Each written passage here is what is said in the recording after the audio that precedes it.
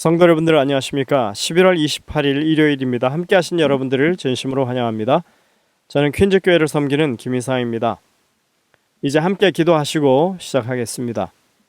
하늘에 계신 아버지 하나님, 오늘도 우리에게 새로운 한 날을, 한 주일을 허락해 주시고 주님 은혜 가운데 이 하루를 열어가게 하시니 감사를 드립니다. 주님, 저희에게 지혜와 능력을 허락해 주셔서 하나님의 말씀을 이해하고 밝히 깨달아 알 수 있게 하시며 언제나 주님의 뜻대로 살아갈 수 있는 저희의 마음가짐이 될 수 있게 하여 주시옵소서. 오늘도 저희들이 말씀을 펴고 주의 은혜를 구하오니 성령의 능력이 우리와 함께 하셔서 말씀을 밝히 이해하게 하시고 또 말씀에 대하여 깨우친 마음을 가지고 그것을 실행하며 살아갈 수 있는 저희들 되게 인도하여 주시옵소서. 오늘 이 아침에 주님 앞에 무릎 꿇어 아뢰는 주의 백성들을 기억하여 주시고 그 모든 탄원이 주께 상달되며 응답되게 하셔서 하나님이 여전히 살아계신 우리 하나님이심을 경험하게 하시고 찬양하게 하여 주시옵소서. 질병으로 고통당하는 주의 백성들이 있사오니 주님, 그들의 탄원도 들으시고 그들에게 힘과 능력을 주셔서 쾌유함을 얻게 하시고 하나님의 치유하시는 놀라운 손길을 경험하게 하여 주시옵소서. 여러 가지 어려움 가운데 주의 도우심을 바라는 주의 백성들, 주님께서 언제나 힘주시고 그 마음 가운데 믿음을 굳건하게 하셔서 하나님의 뜻대로 살기 위하여 끝까지 노력하는 주의 백성들 되게 하여 주시옵소서. 이 하루의 삶을 주님께 온전히 맡겨오며 예수님의 이름으로 기도드립니다. 아멘. 네, 저희들은 이번에 10과를 공부합니다. 제목은 잊지 말고 기억하라입니다. 기억절 말씀을 보시겠습니다. 너는 광야에서 내 하나님 여호와를 경노하게 하던 일을 잊지 말고 기억하라. 내가 애굽 땅에서 나오던 날부터 이곳에 이르기까지 늘 여호와를 거역하였으되. 신명기 9장 7절에 있는 말씀입니다. 우리는 우리가 저지른 과거를 떠올리는 일을 결코 기분 좋아하지 않습니다. 유쾌한 경험이 아닙니다. 대부분 우리는 기억하기를 원치 않습니다. 어떤 경우에 있어서 그것은 너무나 충격적인 것이 되면 우리 두뇌가 그 기억을 차단시키는 경우도 있습니다. 우리가 일반적으로 선택적 기억 상실증이라 부르는 그런 것입니다. 해리 장애라고 부르기도 합니다. 그러나 이것은 단순히 일시적인 증상일 뿐이지 영구적인 장애는 아닙니다. 많은 경우에 있어서 자신이 기억하고 싶은 것만 기억하고 보고 싶은 것만 보는 그런 편향성을 우리 모두가 사실은 가지고 있습니다. 아마도 인간이 가진 이 죄악의 습성 중에 하나인 것 같습니다. 그런데 오늘 본문 성경 말씀은 자신들이 저지른 만행, 자신들의 잘못된 행동을 하나님께서는 굳이 기억해야 한다고 말씀하고 있습니다. 우리를 너무나 잘 아시는 하나님의 명령입니다. 성경 전체에 걸쳐서 계속해서 등장하는 두 단어가 있습니다. 바로 기억하다 그리고 잊다라고 하는 단어입니다. 두 단어는 인간의 특성을 잘 나타내는 것으로서 우리의 마음에서 일어나는 그런 증상입니다. 두 동사의 뜻은 서로 반대죠. 기억한다는 것은 잊지 않는다는 것이고 잊는다는 것은 기억하지 않는다는 것입니다. 하나님께서는 자주 당신의 백성들에게 하나님께서 그들을 위해 행하신 일들을 기억하라고 말씀하십니다. 그들을 위해 베풀어진 하나님의 은혜와 그들을 향한 하나님의 선하심을 기억하라는 것입니다. 구약의 많은 부분은 선지자들이 이스라엘 백성들에게 하나님께서 그들을 위해 행하신 일들을 잊지 말라고 호소하는 것으로 이루어져 있습니다. 또한 그들은 하나님께서 무엇을 위해 그들을 부르셨으며 그 부르심에 응답하여 그들이 어떤 사람이 되어야 하는지를 잊으면 안 될 것이라고 말씀합니다. 시편 77편 11절에 이렇게 말씀합니다. 곧 여호와의 일들을 기억하며 주께서 옛적에 행하신 기이한 일을 기억하리이다. 이와 같은 요구는 집단적으로 아니면 개인적으로 모든 오늘을 살아가는 우리에게도 동일한 의미로 다가옵니다. 하나님께서 우리를 위해 행하신 일들을 잊는 것은 너무나 쉽습니다. 그래서 우리는 하나님의 행하심을 기억하는 일을 강조하고 또 강조해야 하는 것입니다. 이번 주에 우리는 우리들의 삶 가운데 역사하시는 하나님의 섭리를 기억하고 잊지 말라고 이야기하는 신명기에 나타난 중요한 원칙들을 살펴볼 것입니다. 우리의 잘못을 잊지 않고 기억하는 일은 힘든 경험이 되겠지만 하나님의 행하심을 기억하는 일은 분명히 우리에게 좋은 경험이 될 것이 분명합니다. 자, 무엇이 우리를 위해서 기억해야 하는 일인지 일요일 소지부터 살펴보도록 하겠습니다. 일요일 소지의 제목은 무지개를 기억함입니다. 아마 여러분들은 이 제목을 보시면 금방 무슨 사건인지 아실 것입니다. 홍수에 관한 이야기죠. 이 기억하다라고 하는 단어가 성경에 처음으로 등장하는 것은 창세기 9장입니다. 전 세계적인 대홍수 이후에 하나님께서는 노아에게 다시는 물로 세상을 멸망시키지 않겠다는 언약의 징표로 하늘 위에 무지개를 두셨다고 말씀하고 있습니다. 창세기 9장 8절부터 17절 여러분들이 읽어보시길 바랍니다. 이 말씀은 홍수 후에 하나님께서 노아와 그 후손들 사이에 맺으신 언약을 말씀하고 있습니다. 우리가 오늘은 그 성경책을 다 읽지 않고 요약만 하겠습니다. 하나님이 다시는 물로 세상을 멸망치 않으실 것을 무지개를 두시면서 징표로 삼으셨다 하십니다. 그 중에 15, 16절을 보시면 이렇게 말씀하고 있습니다. 24절 마지막 부분에 무지개가 구름 속에 나타나면 15절입니다.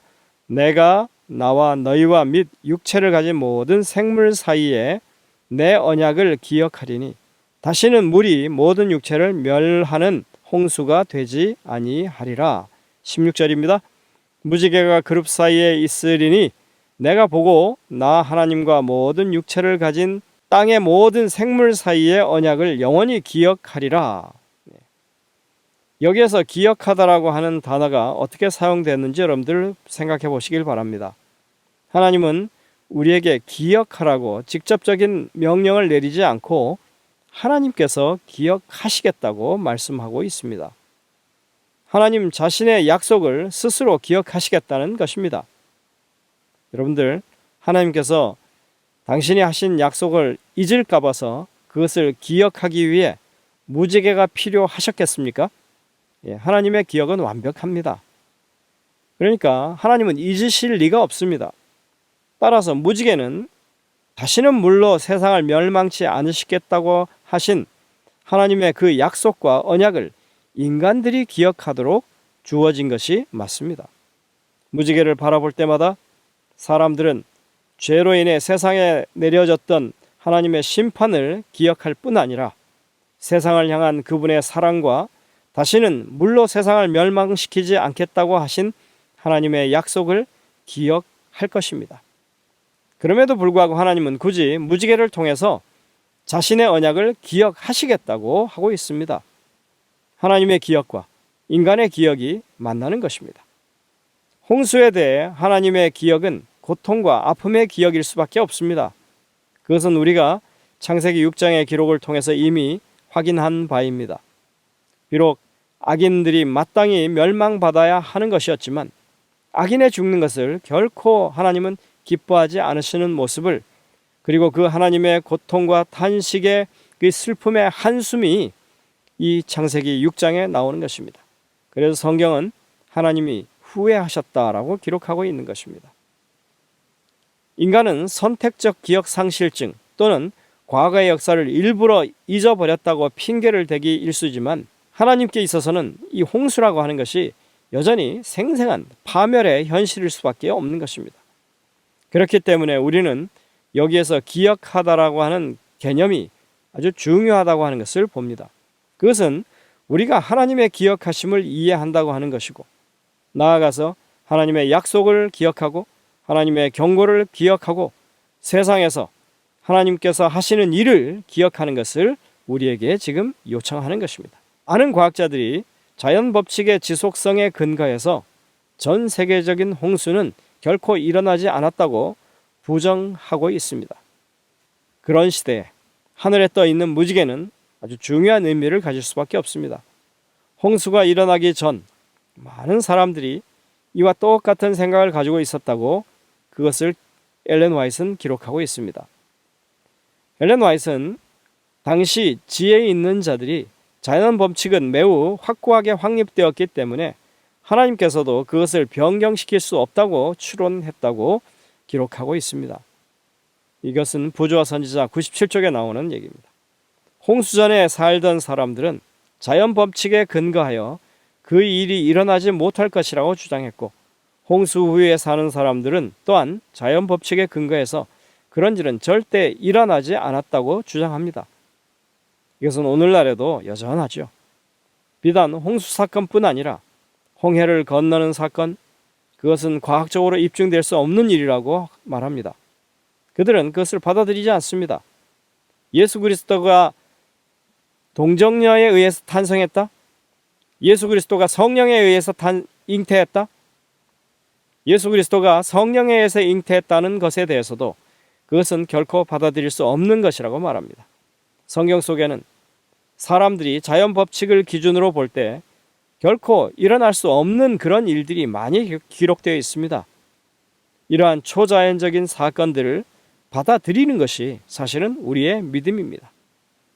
하나님께서는 홍수에 대하여 분명히 말씀하시고 홍수에 대한 것뿐 아니라 다시는 그와 같은 홍수를 일으키지 않으시겠다는 의미로 세상에 그 징표를 주신 것입니다.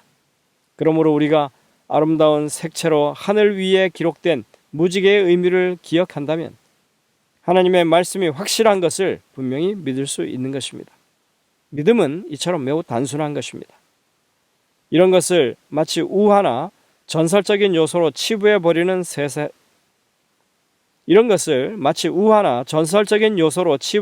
세태는 하나님께 대한 믿음을 아주 유치한 것으로 만들어버렸습니다.